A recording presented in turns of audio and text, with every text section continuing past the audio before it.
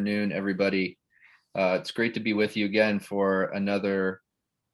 Oh, here we go. Michelle's got it. Another monthly seminar, and this month we're going to be focusing on the Daubert case and its progeny in the District of Columbia. And when the Ed Committee was kind of throwing around some ideas for seminars, Daubert came up, given that Maryland, our sister jurisdiction, just adopted Daubert in August of last year. So we thought it would be a great opportunity for a refresher for everyone early in 2021 as we get ready to hopefully get back in the courtroom as soon as possible.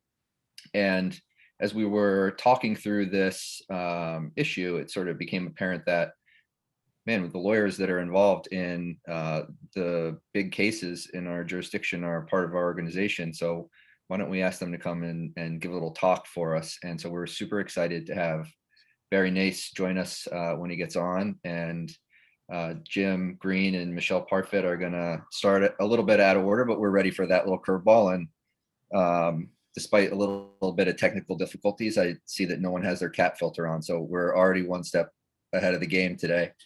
I couldn't resist the cat lawyer joke, given what we all saw this week. So thanks for indulging me. But obviously Michelle and Jim were part of the Motorola case, which is the case that the DC Court of Appeals adopted the Daubert Standard in the district. And we had a chance to talk for a little while yesterday and sort of a pre-call, and heard some interesting stories about the lifespan of this case and how it took 6 or 7 years to even get into court, and some interesting sort of backstory. And I think that we're going to hear some of that, and we'll probably hear some of that from Barry about the Daubert case. And I'm so excited to hear some of that stuff, sort of the behind the scenes, or sort of the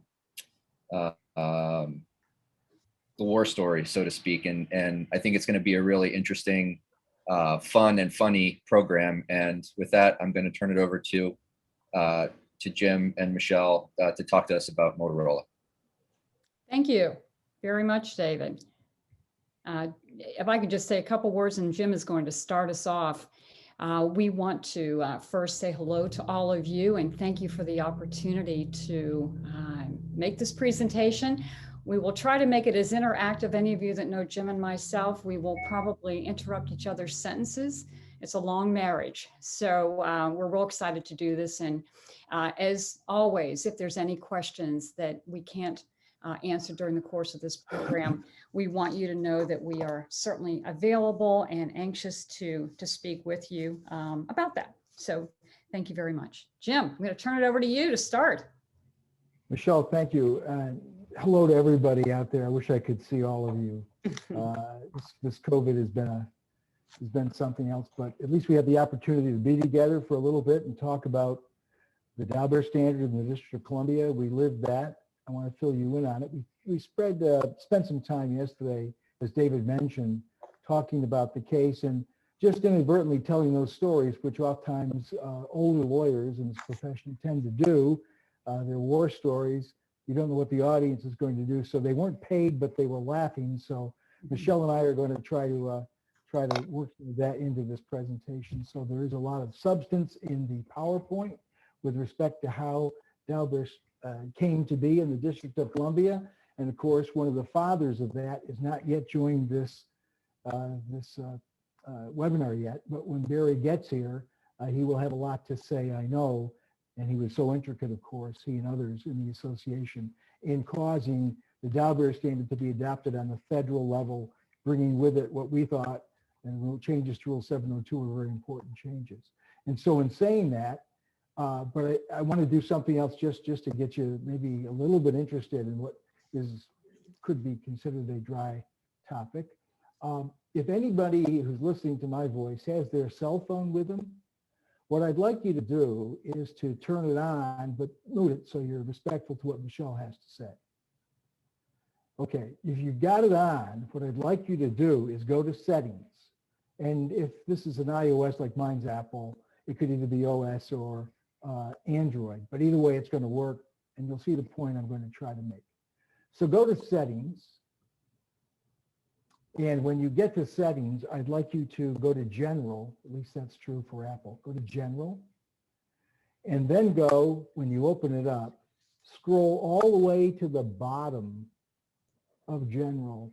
It should start with about, go down to general at the bottom. You're going to see a topic there, a little header that says legal and regulatory.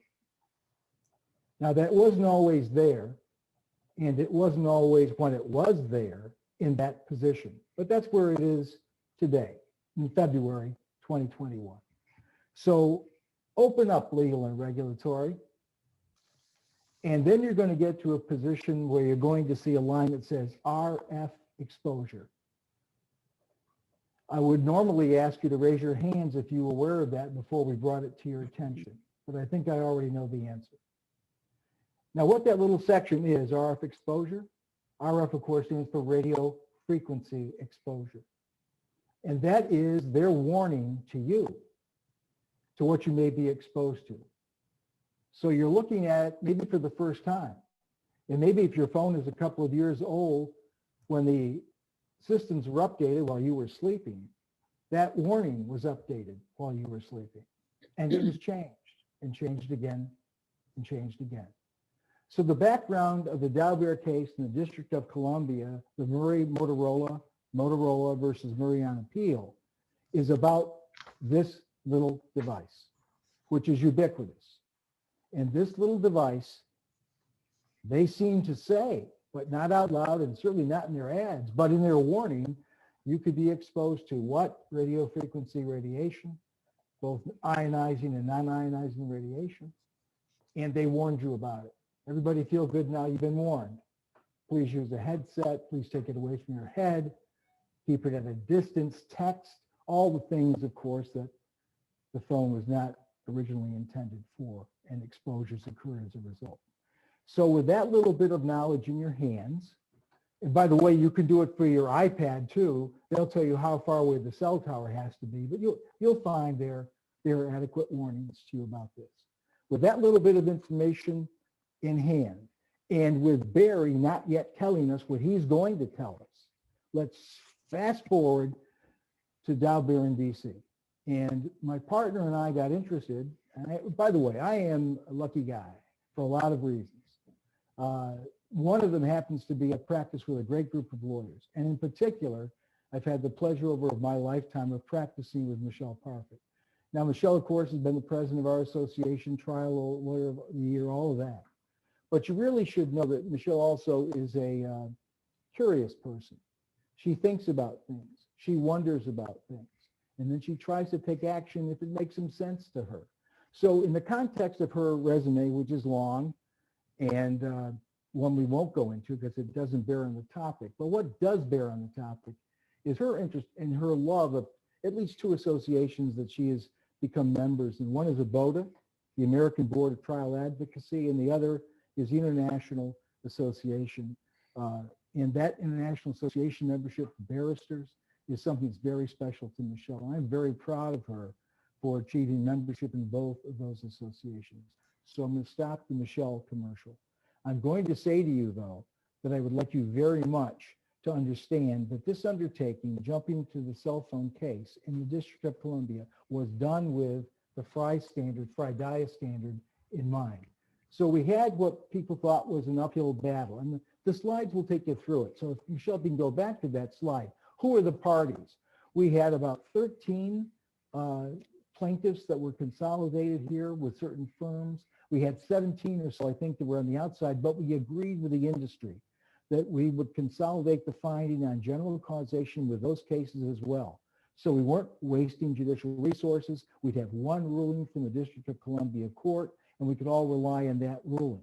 And the cell phone industry, and it is an industry, the cell phone industry, $17 trillion, they proudly told me, was happy to do that. They would agree with that consolidation under the FRI-DIA standard because they felt they could use the FRI standard because of its antiquated, if you will, analysis of things, in their opinion, to prevent this case from going forward in the District of Columbia. So who are the parties? We have 13 cases. We have 17 that were consolidated for purposes of this hearing before Judge Frederick Weisberg, who is many of you know Judge Weisberg. He's a wonderful man and a wonderful jurist. We were very fortunate to have his full attention in this case, and he worked with us to develop the case through a very complicated evidentiary and expert hearing. Who are the allegations were that the plaintiffs said their long-term exposure to cell phone radiation causes brain tumors, specifically glioblastomas, but brain tumors, and also a disease of the acoustic nerve called an acoustic neuroma that runs in the side of the head. And that also is a result, we claim, of this radiation from cell phones, both ionizing and non-ionizing radiation, heat or just vibration. So that was our cause, and we went out to get some witnesses for that general causation issue. Who are the experts? Well, we were very fortunate. We had to go to Europe to find experts because there were not experts in the United States that had gone into current problems from cell phones that we had to find in order to express an opinion one way or the other. Does it do this? Is it just, some kind of a street rumor that it does this, or is there actually a legal case that can be brought? And so that's what we undertook it when Michelle and I came into the case. We started to work in that direction. Prior to that, Jeff Morgenroth and other lawyers I'm going to mention in a second had taken this case for 10 years before, up and down in the appellate courts, preemption arguments out the ears being argued. But they finally were able to consolidate and get it back with Judge Weisberg, and they asked for our assistance in that. So what we have for all of you here is a hearing that took place. We had various lawyers. Let me just give you a sense of who those lawyers are for a moment. We had Jeff Morgenroth, we had Hunter Lundy and his firm, we had Mr. Probanik from Pittsburgh, we had a number of other firms, Louisiana, of course, Ashcraft from DC. So we had a number of people that brought their best to it. We had, in addition to that, Laura Knoll from down in Louisiana, Matt Daubert, just a great group of lawyers. Really, Swallow from Hunter's firm, Jill Gerfunkel from Jeff Morgenroth's firm, and this combination of lawyers came together and really made this case. But we had to make the case first in the standard of experts. So we went to Europe to find experts that we knew we could use with the Fry standard if they were able to do it, to speak to cell phone, because cell phone had first come into Europe and Scandinavian countries, and that was where harm was being reported. Changes in cancer presentations and cancer registries, etc. And so we began that process, and we had names. We started to look at it. Michelle's a very good expert hunter, and she went ahead and started to hunt experts. What could she find in the journals? Who was writing on this? We found some people, and we went about our business. So one quick story is this: we're sitting in a small cafe outside the University of Vienna Medical School in Vienna, and we're talking to a particular expert. And he is a wonderful man, one of the best epidemiologists in the world, member of the World Health Organization, chaired the IARC, which is the International Association of Research on Cancer, chaired their studies. Great man, very smart guy, and a very concerned person about the cell phone spread and radiation and what was going to be the health effect of that. And so we started to go through with him about the science standard, and we started to talk, and we're having this cup of coffee, and if you know Michelle, she loves coffee. We're having coffee, and he looks around and she says to him, this standard, we think we can meet it, and here's why. And we're giving out our proof analysis. And he looks over and launches into a discussion about science, the necessity for proof, the necessity for high percentages of certainty in science, and went about his business. And as he was done making his case, which was basically a see you later, Michelle says to him, but the legal standard in the United States, not here in Austria, the legal standard in the United States is more likely than not. What do you mean, he says. And Michelle says, well, 51% is sufficient. He stops us. He says, that will work. So at that point, we had causality from the head epidemiologist in Europe in the coffee clutch outside the University of Vienna Medical School, looking down the street at the cars going by, and he just said, yeah, you've got the standard. with what we know right now about cell phone and the exposure, yes, I can testify to that. And then he had to get permission, of course, from the government, the university, to express his opinion. But he expressed his opinion in the District of Columbia. Last story, I'm going to switch it over to Michelle real quick. We are having our hearing. We have 8 witnesses that will testify with Judge Weisberg. There are rebuttal witnesses. I believe there are 4 rebuttal witnesses from the defense. They have all had reports written. They have all been deposed to the end of time. We're finally before Judge Weisberg in the ceremonial courtroom in Superior Court. And those of you familiar with that courtroom know it's a large courtroom. He set it up there for that reason. So when we come, the morning that the hearing opens with our first witness, all of our material, we lay it out. We're at one desk. And then in comes the telecommunications industry, who at some level, I believe, is responsible for our Zoom issues this afternoon. I can't prove that. But in they come. And so we're in front of Judge Weisberg, and the doors open, and they come in.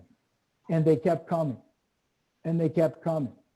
And by count, at least one officer, court officer, there were over 100 lawyers in that courtroom for the opening of this case, and many of them maintained themselves for the 4 weeks of this hearing. But the funny result was there were so many people in there, and there was so much body heat generated in the ceremonial courtroom that it triggered the fire release. Thankfully, no water came down, but it triggered the overheating release in the overhead projector that descends from the ceiling, the courtroom, so that it shut down.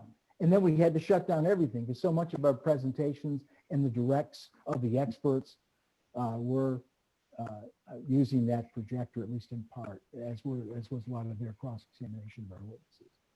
So a story from the presentation. Michelle, you want to pick up from there? Yeah, I will. And we'll go back and forth as we move through. Thank you, Jim. Let me just take you briefly through the hearing itself. As Jim indicated, we had about a 4-week hearing, and it was an extremely arduous process. You can imagine we had to bring our experts from around the world. They were around the globe, and we're bringing them in this process, somewhat unfamiliar to many of them. And Judge Weisberg, as Jim's indicated, was terrific. He is so measured, brilliant jurist, and was able to really dissect and understand and analyze things very, very quickly, which made, I think, our job a little bit easier. We put on the experts, and they were magnificent. And as Jim also referenced, the interesting thing about it is because Europe is so much further ahead, they were so much more progressive at the time with regard to the RF effects, radio frequency effects of cell phones, that we really weren't finding folks with the same bandwidth that we were finding when we went over to Europe and explored what they had been doing and the measures that they had been taking to protect their own countries and their communities. After that hearing, whereby everyone was presented, Judge Weisberg wrote a very good opinion, and I commend it to you. Actually, I'll commend two to you, the one that Judge Weisberg wrote in the Motorola case, but also obviously you want to read the Daubert case decision, which is why we are here today and talking about it and why you practice under a Daubert standard. But after he proceeded, he decided and listened to all the evidence. He wrote an opinion, and he basically said, for the first time in decades, that the majority of the experts passed the Frey door and that their testimony on causation would be admissible. And I have to tell you, it was a glorious day. It was an incredibly exciting day. After, frankly, the years that we had worked on it and other law firms, to really see the success and to really, and believe me, it wasn't about us, but it was about our world. It was about not just the United States, it was about our world. We really felt that for the first time, we might be making an impact. And don't get Jim and I wrong, the motive was not to get rid of cell phones. None of you would want that. The mission, and the mission still is to create a safe manner in which they can be used and to protect the safety of the public, children, adults alike. And the ruling was good until it wasn't, because what happened after we were successful in actually beating this industry on science, and as all of you know, there's always another another move. And I call it, any of you that have been watching the gambit on TV, you'll understand industry's gambit was to actually defeat our success. We were able to move the chess pieces across the board, get the science in the door, and actually we felt for the first time we were going to get a trial, that these individuals were going to have their day in court and justice would prevail. Well, there was another plan. There was another mission. The defendants, the cell phone industry decided, well, if they couldn't beat us on science, they might as well introduce a new standard for the District of Columbia. Wouldn't that be a perfect time to tell the world that the District of Columbia should move into what the majority of states were doing and wrap their arms around a Daubert standard? And that is exactly what happened. They could not beat us on the science. So they thought, next step, let's start this whole thing over again. Let's take these plaintiffs through a whole appeals battle with regard to changing the standard.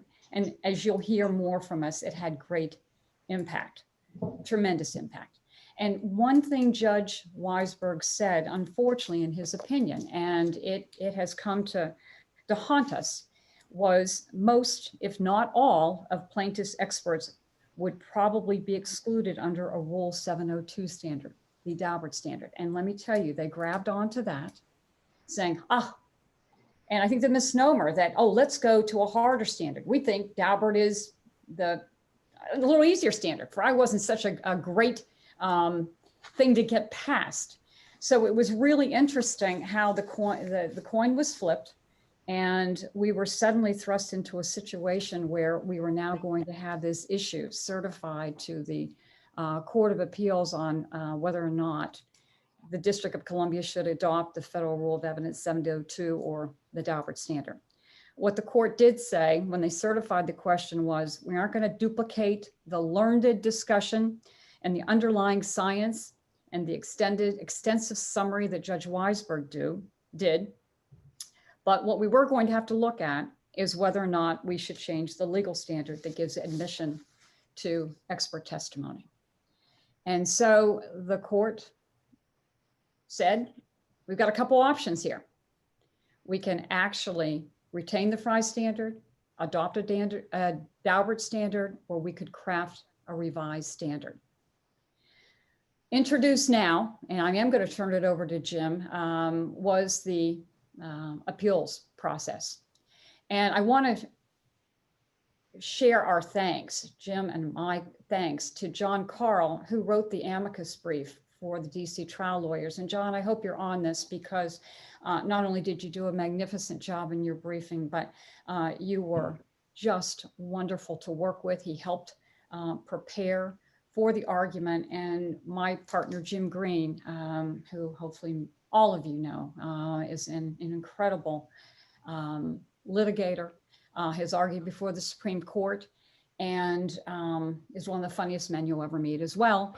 But he took the baton, and with John's help and others, he proceeded to ready himself to make this argument. So Jim, this might be a fitting place to turn it back to you, because you did have the opportunity to argue this before the case. And I think Barry's joined us as well. So if it's okay, let me get into that, because I want to thank John Vale on behalf But I say John Carl, I'm so sorry. John, I'm sorry. We complete each other's sentences. It's been 40 years. Come on. It's so funny. It's so awkward, because normally we are in love with Daubert. We are in love with Daubert, depending upon what part of the country you're from. We're in love with it. And it's true. That's what we want. We want a gatekeeper to reflect about current changes, to do everything that the trilogy of cases suggests they should do. And here we are with what we consider to be an antiquated and harder standard, Frye Dias, and went down the road, made the investment in the cases, did the work for the reasons that Michelle said, that we had to make this industry safer. And so we did all of that under a harder standard, in our opinion, only to be told that the proof that we had wouldn't pass the gate if the Daubert standard was applied. And Barry, who's joined us, has went to the mat and beyond. He'll tell you to make sure that we had that standard in place in as many courts as we could get it. And as David mentioned, I believe it was David mentioned when we first got, Maryland has just kind of floated over now to Daubert. Now we have the Daubert decision in Maryland. I saw Shep's case the other day. So now we've got that. That's all good. That's all good.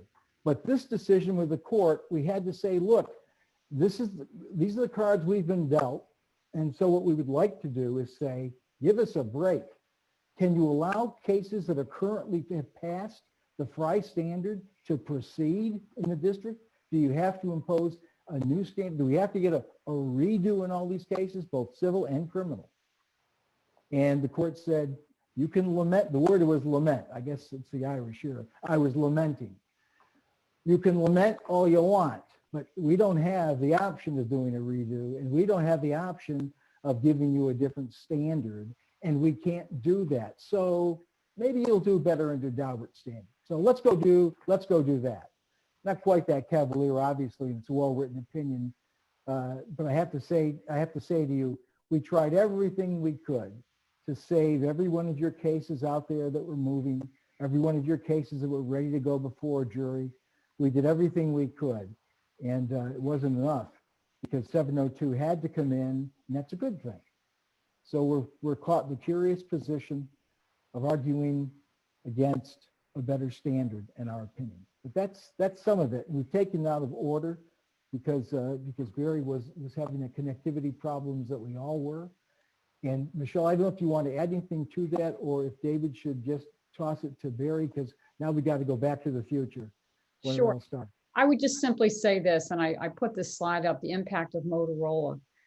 It's certainly, as we have seen, accelerated a trend among the country to move to a Daubert standard. And frankly, is really an instructive opinion because it does give you the history, which Barry will share with you as well. And I just want to say that at this point in time, the cases have now been assigned to Judge Irving in the Superior Court. There is a live Daubert hearing scheduled for July 12th, God willing, the health of everyone. And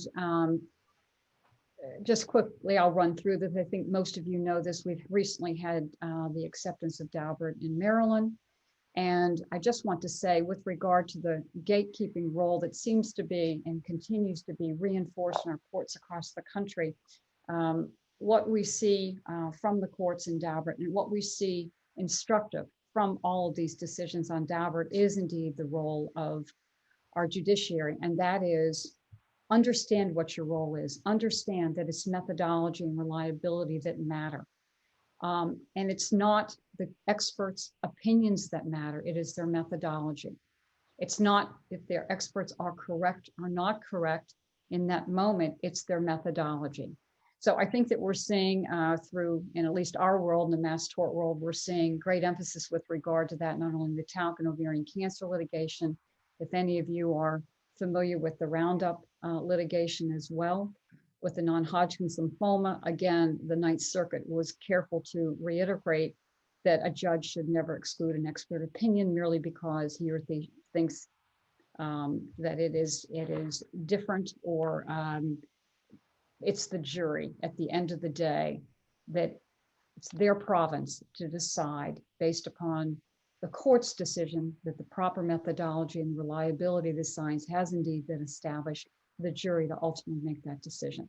So Barry, we're going to go ahead and pass the baton to you. We are somewhat out of order here. As Jim said, we took you to the future, and we're going to go back, and Barry's going to tell us how we all got here. But before we do, Jim and I thank each and every one of you for the opportunity and the privilege to speak with you. We could go on, as you know, for hours to talk about the cell phone cases.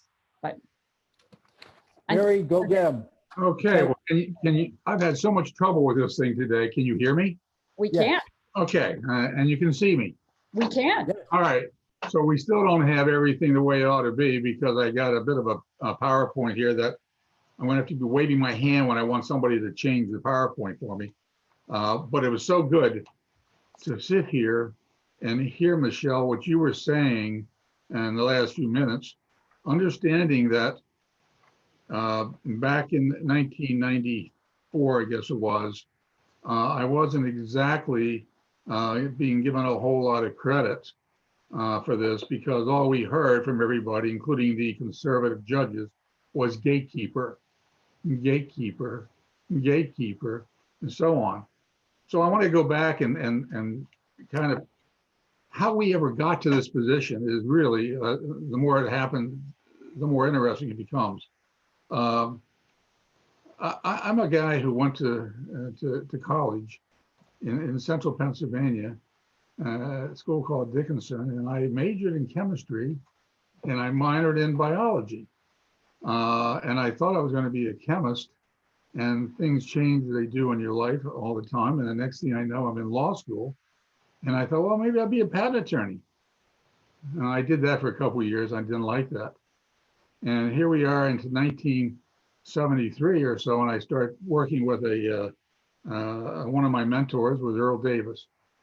And he won the first big malpractice case in DC, and big one around the country called Canterbury versus Spence. And malpractice work started coming in, and he didn't like malpractice work, but I did. And so I started doing malpractice work, and I enjoyed it, and I had a little success in it, to the point that we get into the 1980s, and I get a phone call one day from a lady who had taken a drug called Bendectin. And she was a lady with a master's degree, married to a gentleman with a PhD. And we talked, and there was no such thing in those days as proceeding and talking about scientific evidence. This was a tort case, product liability, strict liability, causation. That was it. I mean, there was nothing else to look at. And there had been one thalidomide case tried, which also caused birth defects, and that was it. There was nothing else. So how do we put this together? Well, they decided they wanted me to do it because of my background in chemistry and biology, which obviously was going to help me in a case involving a drug. I'm not sure, but that sounds good anyway. That's what happened. So, I said, how am I going to put this case together? Well, obviously, we're going to put it together by having an expert testify that everything that the company did, the studies and so on, were showed that the drug caused birth defects. And in this case, he thought within a reasonable degree of medical probability it caused it in this case. That was the case. We didn't have experts from all over the world. Now, in the meantime, the company did. They were creating experts all over the world, and they were writing articles that we'll get into a little bit. But I tried the case in front of Judge Joseph Michael Hannon, and with my one expert, and then a rebuttal expert to knock down the epidemiology. What the heck is epidemiology? I didn't know all about that stuff either. And so we won the case, and Judge Hannon decided that since the evidence was equally balanced, that therefore he was going to grant JNOV. Yes, you heard me right. That's what he did. And the case goes to the Court of Appeals, and a beautiful opinion written by Judge, I can tell you very quickly, Judge Terry, right, Judge Terry, who talked about brick upon brick and that sort of thing. And Judge Terry writes his opinion, and of course, we win. And immediately the phone starts ringing with more Bendectin cases all over the country.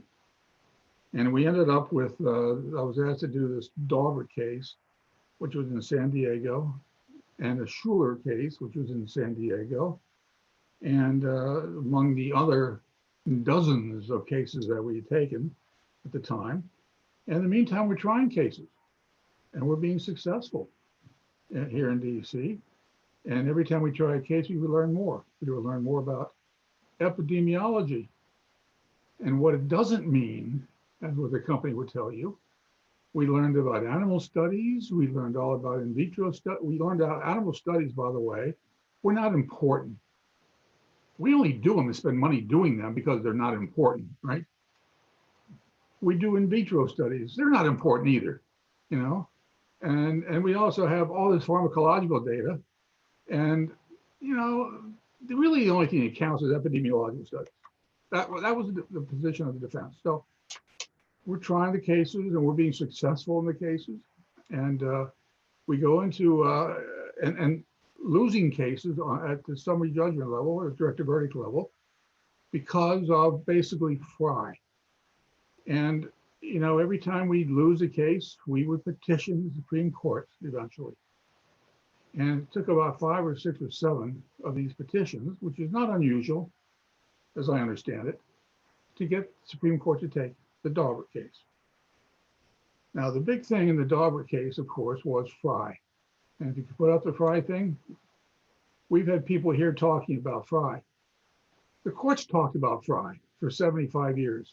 This great expert opinion, that's it. 2 pages, less than 2 pages. And that was a case that everybody relied on for the purpose of keeping scientific evidence out of court. But this was a lie detector test. And they decided in the lie detector test in 1923 that it would not be allowed, I guess, to come in. Interesting thing in the Supreme Court, when we were doing the Supreme Court case, defense was asked a question by Justice Blackmun. It's kind of funny. He says, Mr. Freed, can you tell us by any chance who wrote the Fry opinion? 2 pages.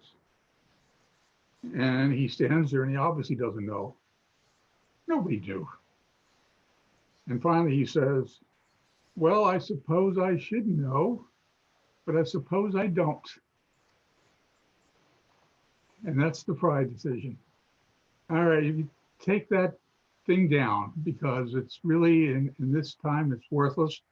And now we're into the Daubert case, and the judge out in San Diego really didn't want to be bothered. He decided that he's going to look at somebody else's opinion, or somebody, even an opinion that had no attorney representing the person, a pro se case, and he's going to throw it out because he's retiring in about a month. Literally, that's true. And so he grants a summary judgment, and that's when we get up if they want to go to the Supreme Court. Although in between, and this is also very interesting, we got to go to the Ninth Circuit. And I walk into the Ninth Circuit, and who do I have as a judge in the Ninth Circuit?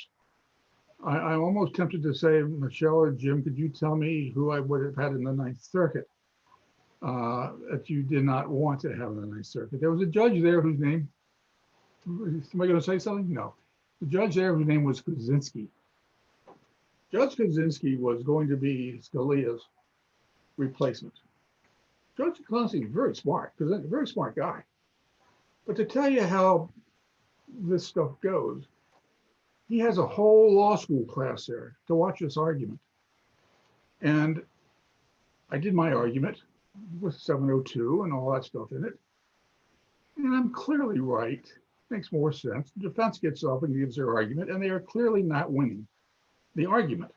They're going to win anyway. It's kind of like what's going on down in Congress. They're going to win. We know what's going to happen. They're going to win. And all of a sudden, Kuczynski makes a comment about, well, I'm not impressed by that. Let me ask you a question, counsel. Does the FDA allow cases like this to be brought? Had never been raised. There's a reason it hadn't been raised. Because they do. So the guy says, yeah, I don't know, Your Honor, maybe we could brief that. I get back up and he looks at me, Mr. Nace, what's the answer to that question? I said, well, Your Honor, I've learned one thing nowadays is that you're wearing the black robe, so it could be anything.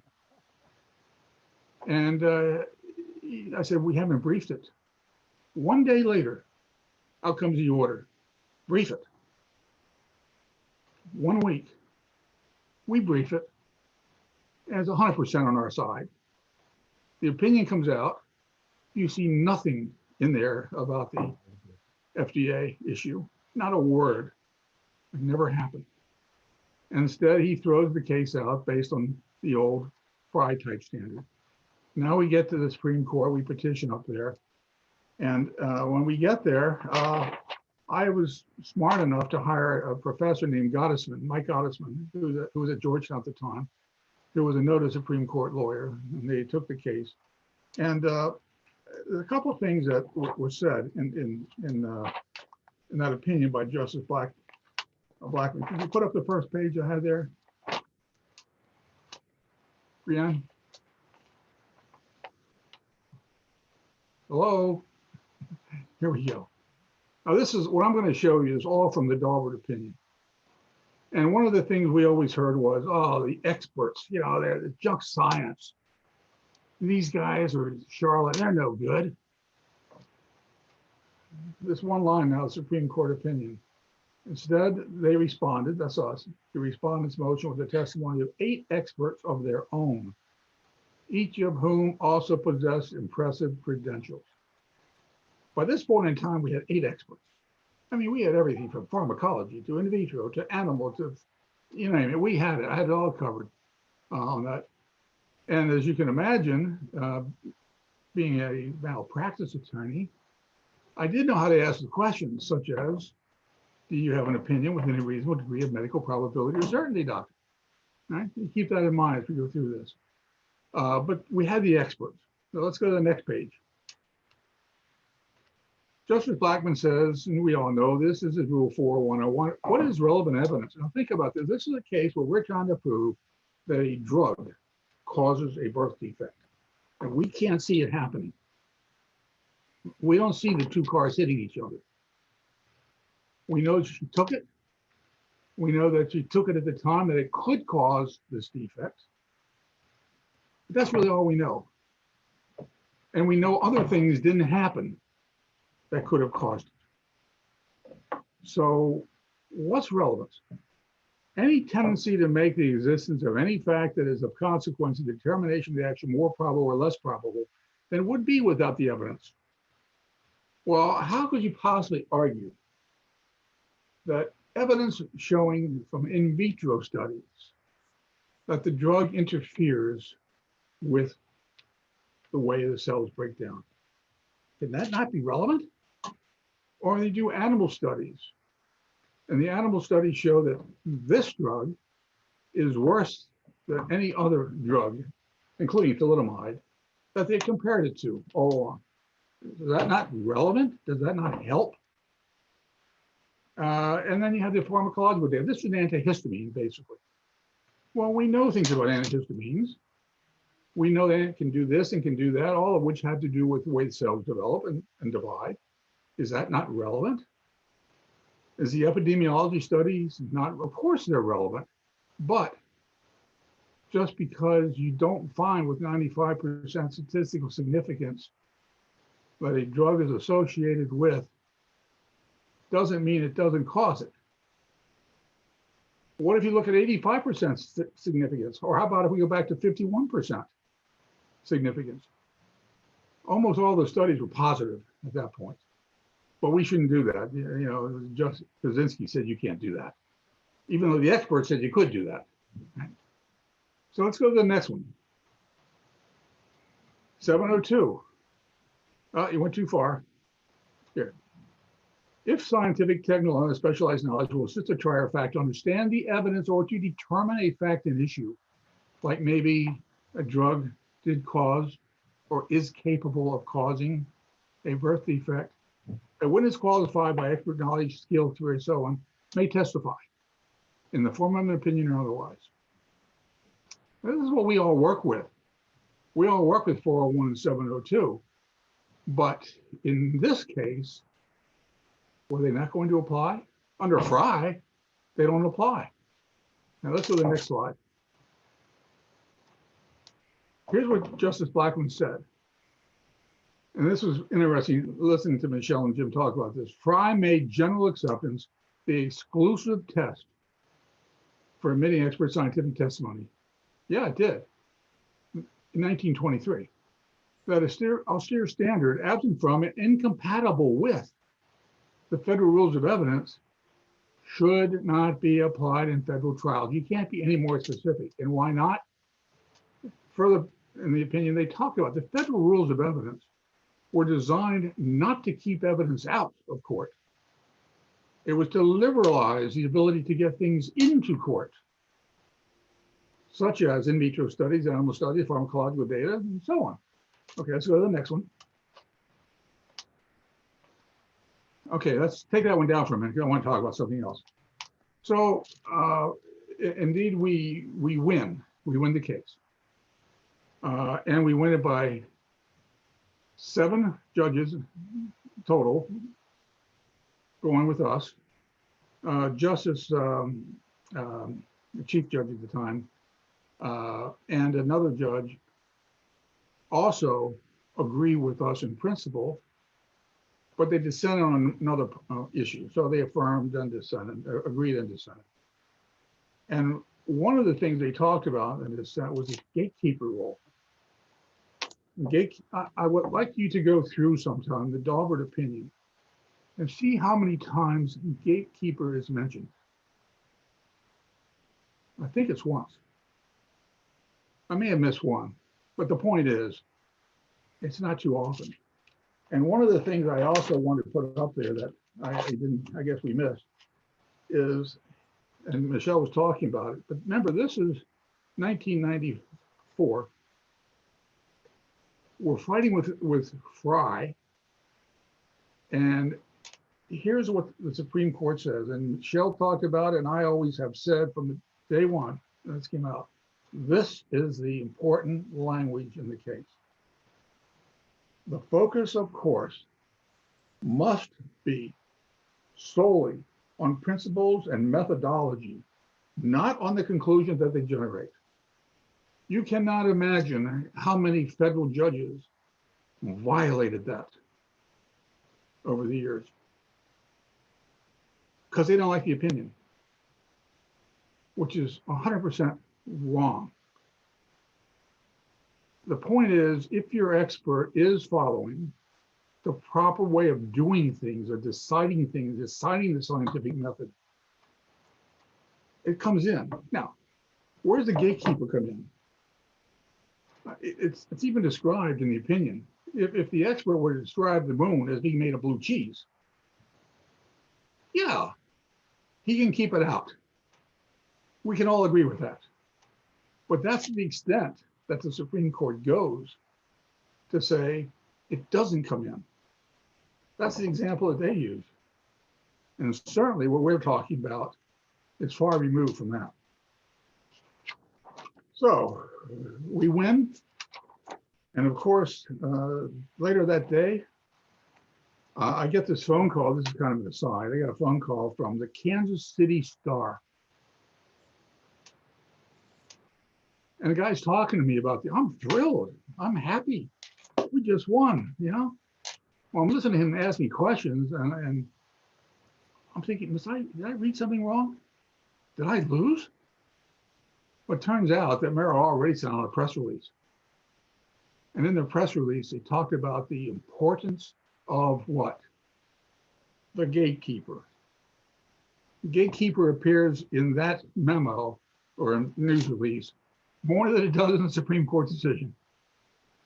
But that's what the conservative judges grabbed a hold of from that point on. I have to be the gatekeeper. No, you don't. You're only the gatekeeper to make sure that the methodology is appropriate. That's all. So what happens to the case? Nobody ever asked me what happens to Daubert in the case.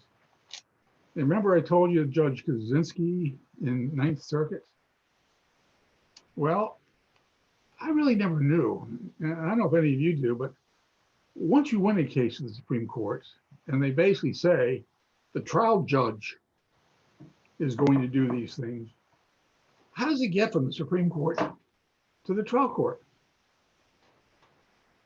I still don't really know how it usually happens, but I know what happened in this case. It went from the Supreme Court to the Ninth Circuit. Guess what happened in the Ninth Circuit? Judge Kaczynski says, we're going to have another argument. And out comes the opinion. And again, you know, you think we had a chance? No. But it's really interesting when you read his opinion. And then we can put up that last page if you have it there. Yeah, there you go. This is the last page of his, I don't know, 10 or 15 page opinion. And I like to go through this because and I said to somebody today, I said, you know, this kind of points out what you all should expect in the next few years in light of all the Trump appointees that have been made to the bench.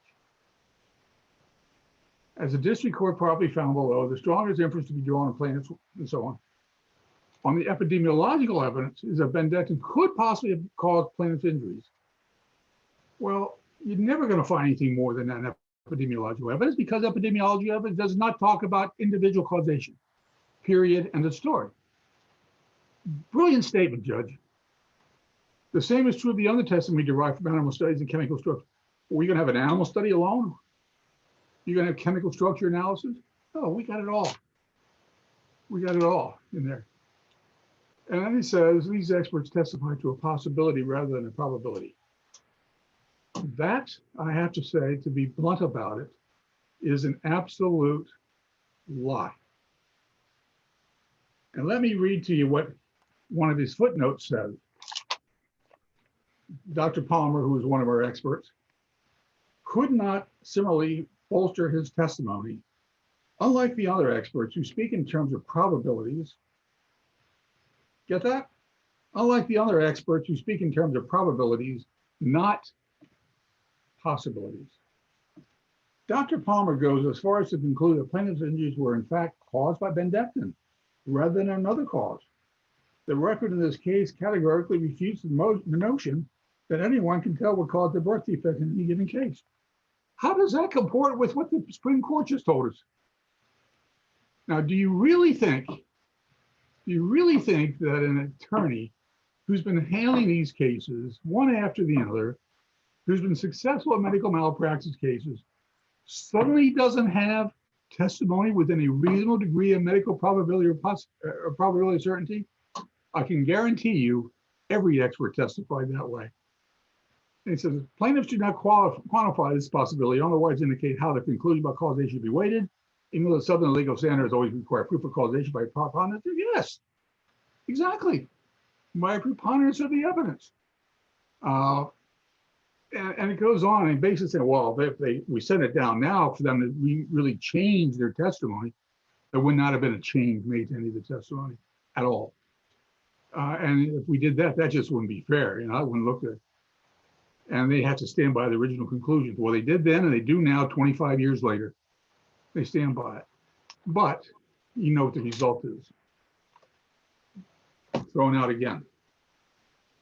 I think almost anybody would tell you, you don't find cases being taken by the Supreme Court twice. And this one wasn't. He even had in his opinion that we had to show a doubling. You know, that was some new idea that disappeared with Daubert, I think.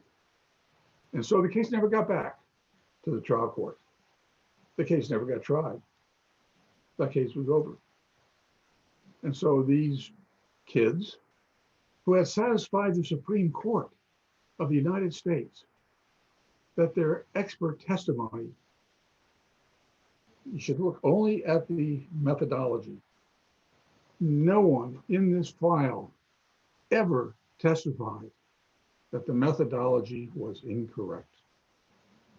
Merrill never put that forward anywhere because it wasn't.